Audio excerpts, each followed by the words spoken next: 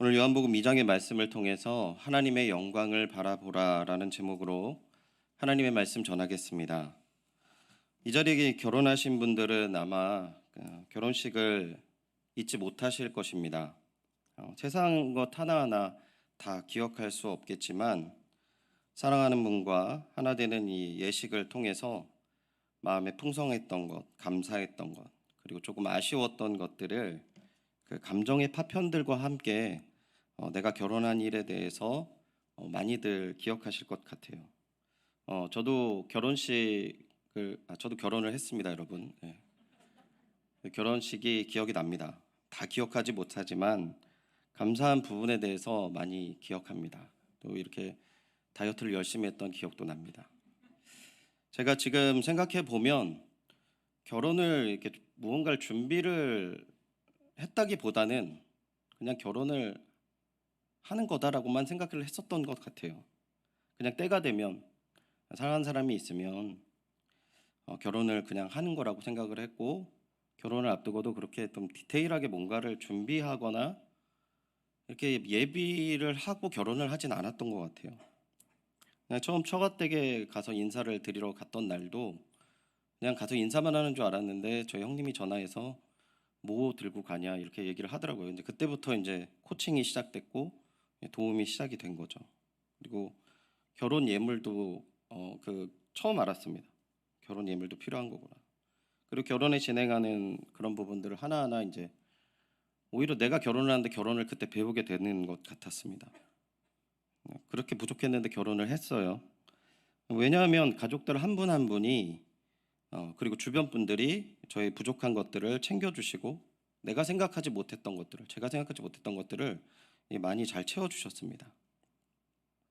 그 중에 한 가지 예를 들면 저희 가정의 아버님께서 일찍 소천하셔가지고 늘 결혼을 준비를 할 때 어려웠던 게 뭐냐면 하객들에 대한 고민이었어요.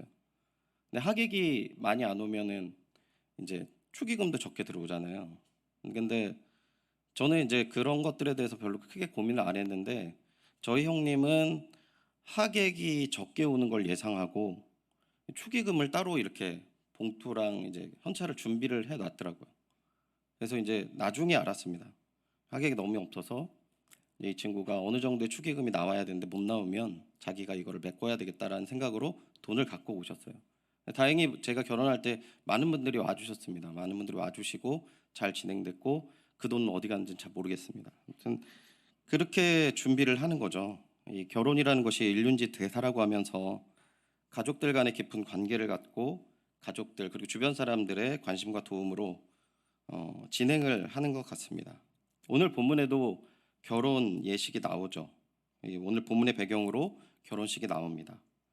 이 결혼식에 대해서 너무나도 여러분들 잘 알고 있을 것 같아요.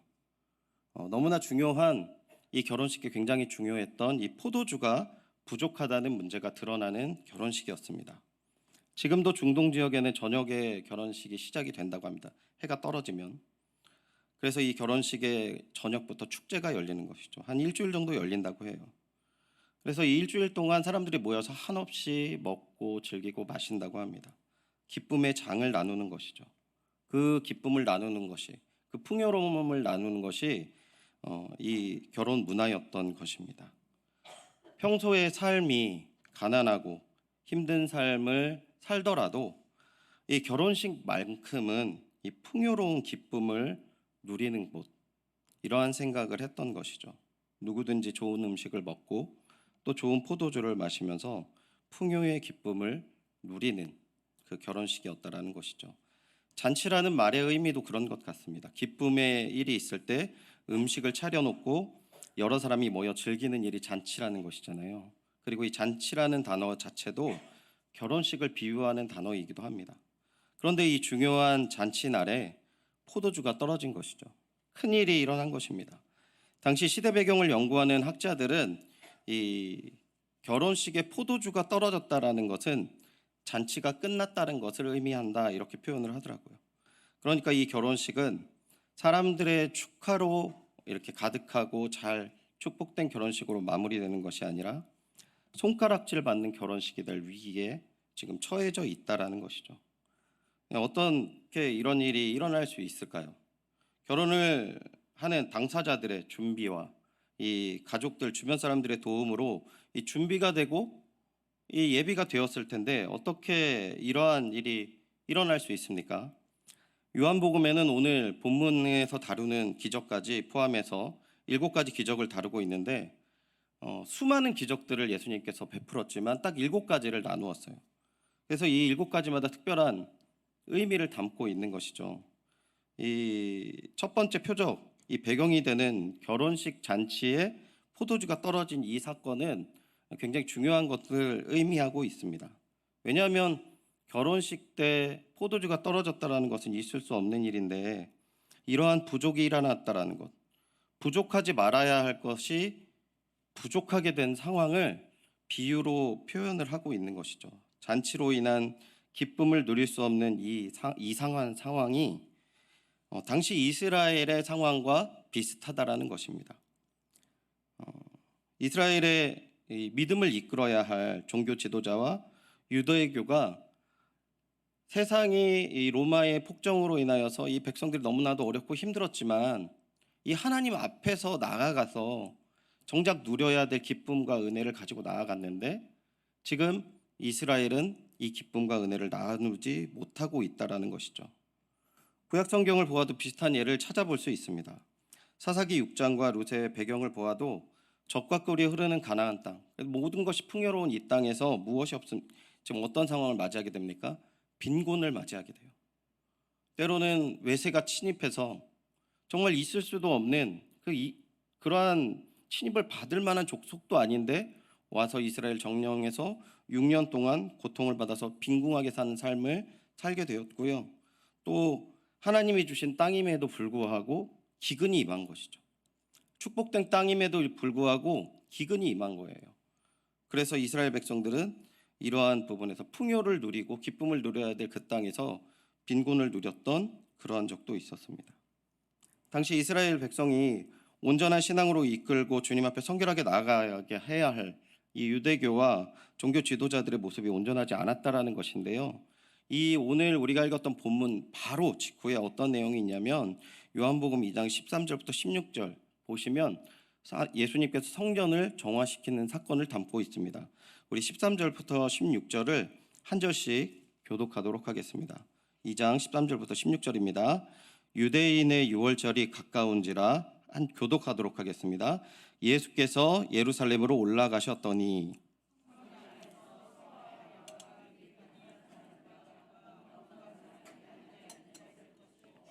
노끈으로 채찍을 만드사 양이나 소를 다 성전에서 내쫓으시고 돈 바꾸는 사람들의 돈을 쏟으시며 상을 엎으시고 함께 읽겠습니다.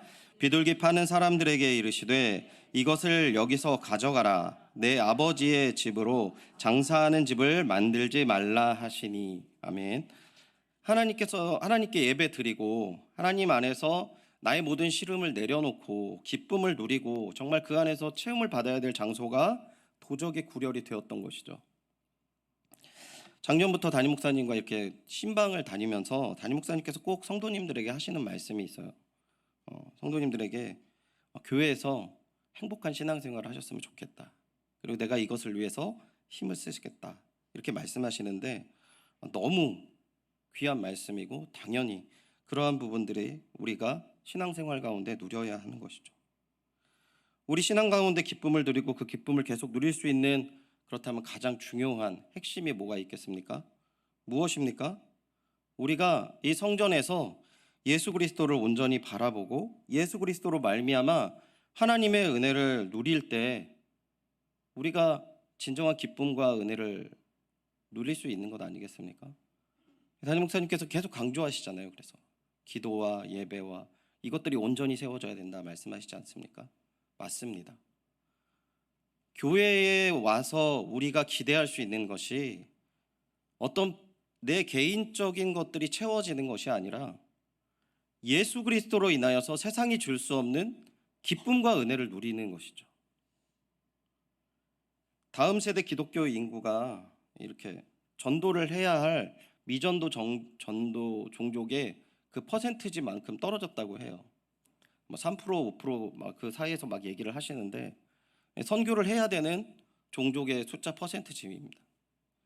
근데 우리가 이런 부분들에 대해서 그들에게 어떻게 다가가고 복음이 어떻게 빛이 나야 되겠습니까?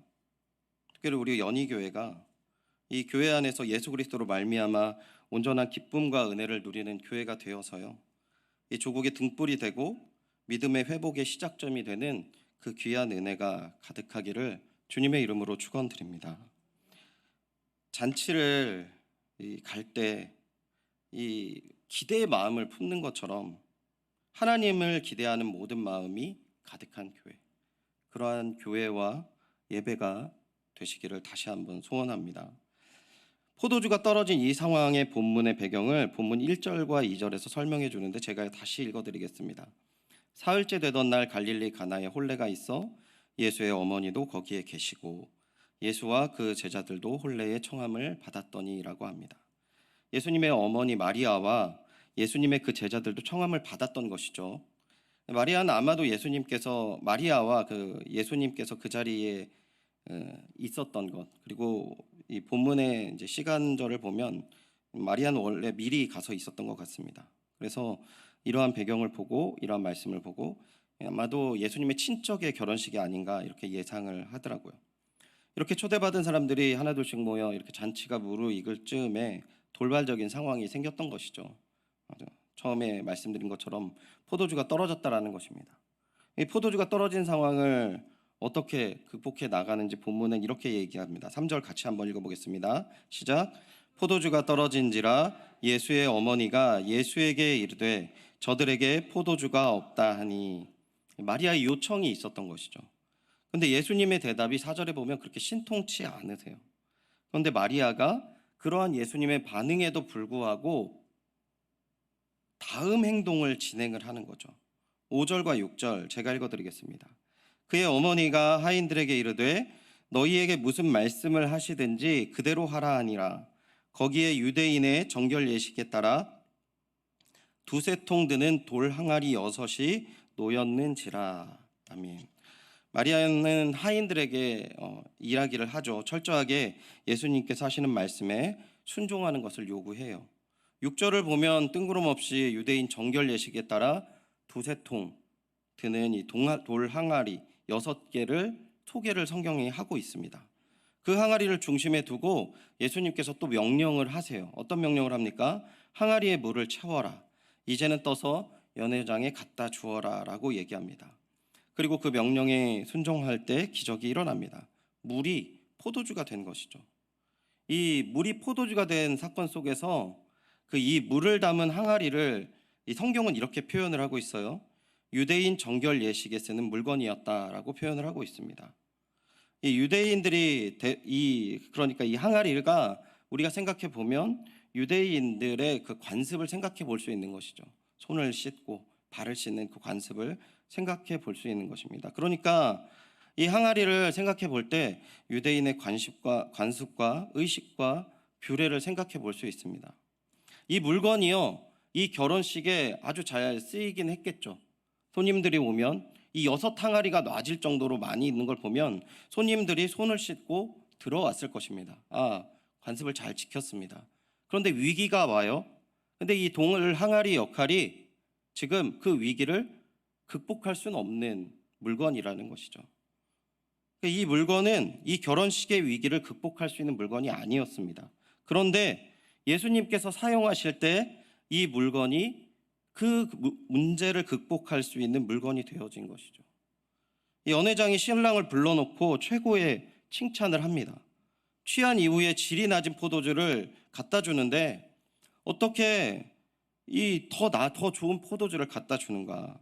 어떻게 기쁨이 더 배가 될 수 있는 이 포도주를 갖다 주냐? 이렇게 칭찬을 하죠. 이 포도주가 떨어졌다는 소식을 신랑이 들었어요. 그리고 그 문제를 해결할 수 없는 상황이 되었다면 신랑의 그때 마음이 어땠을까요? 어쩌면 신부나 가족들과 다투었을 수도 있을 것 같습니다. 이 명예가 소중한 이들의 관습에 이렇게 한 마을의 잔치를 망쳐버리는 이 절체절명의 상황 가운데 있었을 때 연회장이 신랑을 부른 거죠. 얼마나 마음이 무거웠겠어요. 이제 나는 끝났구나.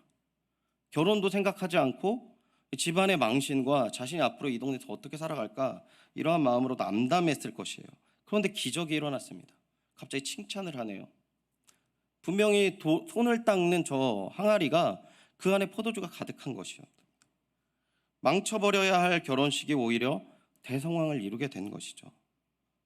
사랑하는 주님의 동역자 여러분, 정결 예식에 쓰인 이 돌 항아리는 예수님께서 함께하지 않으시면, 사용하지 않으시면 아무 생명도 없고 이것이 문제를 해결하거나 구원할 수 있는 도구가 아니라는 것입니다.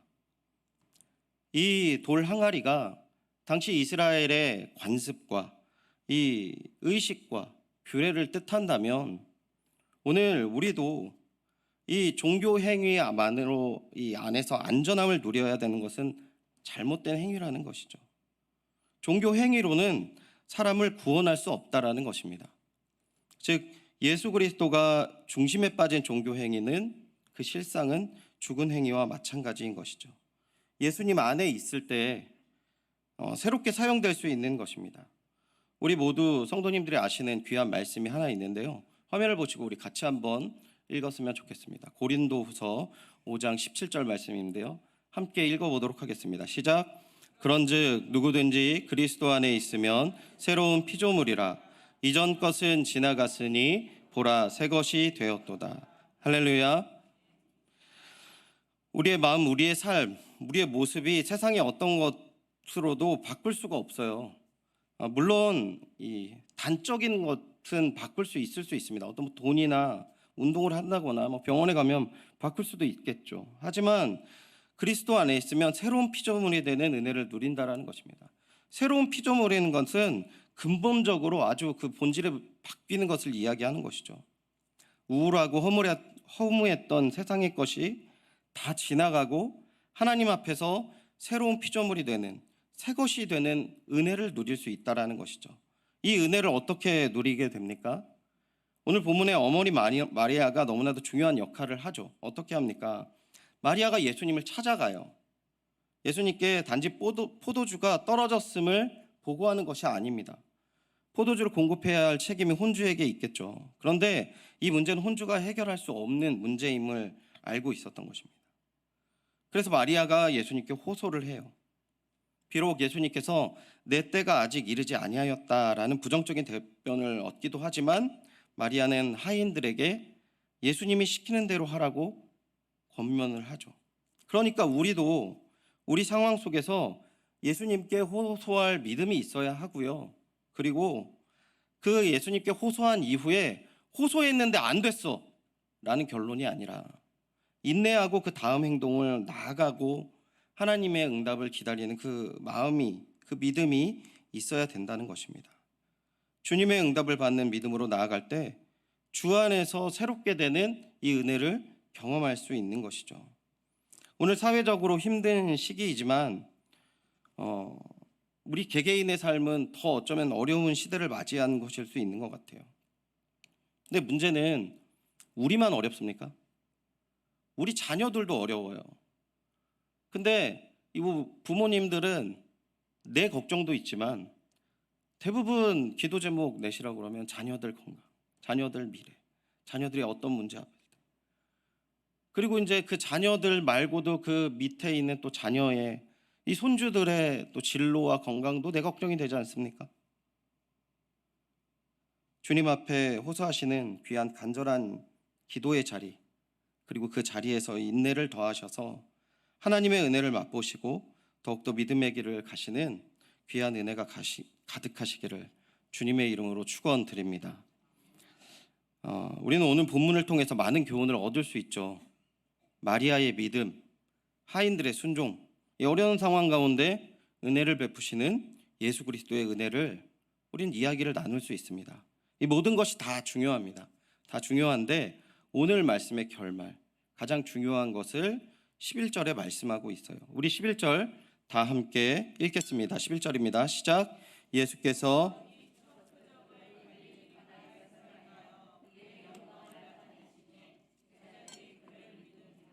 아멘.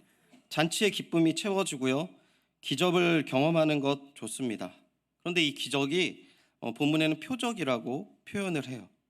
이 기적이 표적이 되기 위해서 뭐가 해야 됩니까? 꼭 우리가 받아야 할 은혜가 있습니다. 그게 뭡니까? 믿음이라는 거죠. 예수 그리스도를 더욱더 믿게 되는 믿음이라는 것입니다.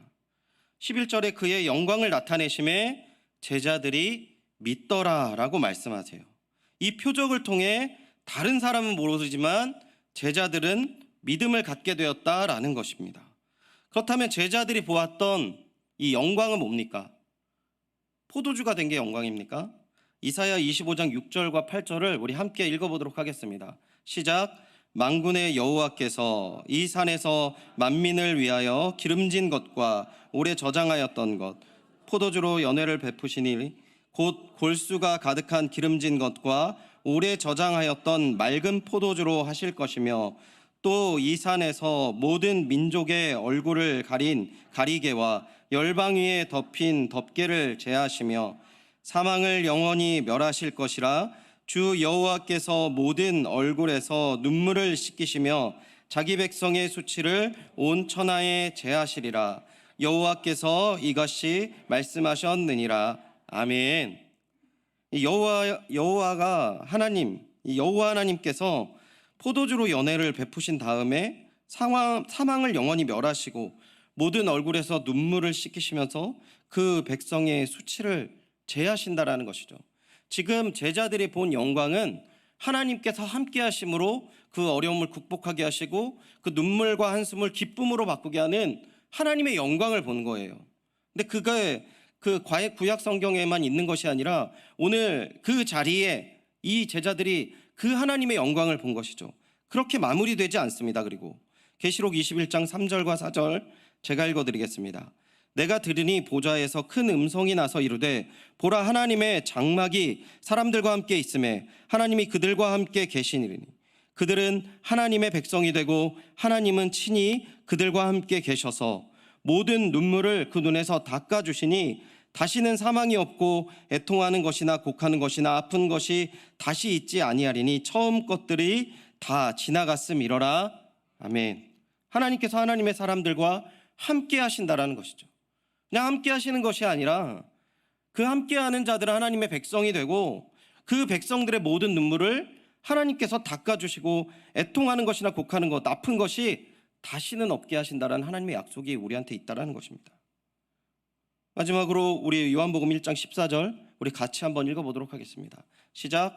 말씀이 육신이 되어 우리 가운데 거하심에 우리가 그 영광을 보니 아버지의 독생자의 영광과 은혜와 진리가 충만하더라. 아멘. 이미 우리는 예수 그리스도 안에서 이 풍성한 것들을 소유하고 있다라는 것입니다. 제자들은 가나의 혼인잔치를 통해서 함께 하시는 구세주의 은혜를 누리게 되었습니다. 오늘 우리는 이 물로 포도주를 변하는 사건을 경험하지 못할 수도 있어요. 난 경험했어 라고 하는 사람들에 대해서 의심하지 않습니다. 기적이 일어날 수도 있겠죠. 제한하지 않습니다. 하지만 누구나 다 나는 누리지 못했어 라는 박탈감을 가질 필요는 없을 것 같아요. 오늘 우리에게 말씀이 육신이 되어 우리 안에 거하신 예수 그리스도의 은혜가 우리 모두가 소유하고 있기 때문입니다. 예수 그리스도의 생명의 말씀을 우리가 소유하고 있기 때문에 이러한 부분에 대해서 우리는 아쉬워할 필요가 없다라는 것이죠. 제자들은 예수님께서 물이 포도주가 되는 사건을 통해서 하나님께서 그 백성과 함께 하심에 대한 말씀이 떠올랐고 그 은혜를 누렸다면 오늘도 우리가 이 말씀을 굳게 붙잡고 우리 삶 가운데에서 하나님의 말씀을 인내하면서 신뢰하면서 믿음의 길을 갈 때 성취하는 그 말씀의 은혜를, 하나님의 영광을 여러분 못 보신 분이 계십니까? 저는 이 자리에 계신 분들은 다 경험했을 거라고 생각해요. 내가 정말 어렵고 힘들 때 예수 그리스도를 믿고 의지하고 기도하고 정말 신뢰하고 나아갔을 때 하나님께서 그 문을 열어주셨고 인도하셔서 지금 그 은혜와 사랑의 감격과 그 기쁨이 있어서 이 자리에 계신 것이잖아요. 할렐루야. 한 가지 간증을 읽어드리고 말씀을 정리하도록 하겠습니다. 저희 교회 방문해 주셔서 금요기도에 간증을 해주신 김상숙 권사님의 간증인데요. 그 한 이야기를, 짧은 이야기를 잠깐 읽어드리도록 하겠습니다. 하나님만 절대 신뢰하고 사람을 의지하지 않을 때 이 말씀을 보여준 사람들은 전혀 다른 인생을 살았던 것을 배웠습니다. 조지 뮬러가 10,000명의 고아를 70년 넘는 사역 기간 동안 하면서 하나님이 살아계셔서 늘 역사하심을 책으로 자세히 기록해 주었고, 인도로 선교사로 사역했던 월리엄 캐리도 참 귀한 내용을 가르쳐 주었습니다. 선교사로 지원하고 후원자를 모집한다면 그 후원자들은 당신이 현지에 도착하기 전에 당신을 잊어버린답니다. 또한 잊지 않더라도 그 사람이 환경이 바뀌어서 후원을 할 수 없게 된다는 것입니다. 한데 사람들은 어리석어서 성경의 말씀을 신뢰하기보다는 사람을 의지합니다.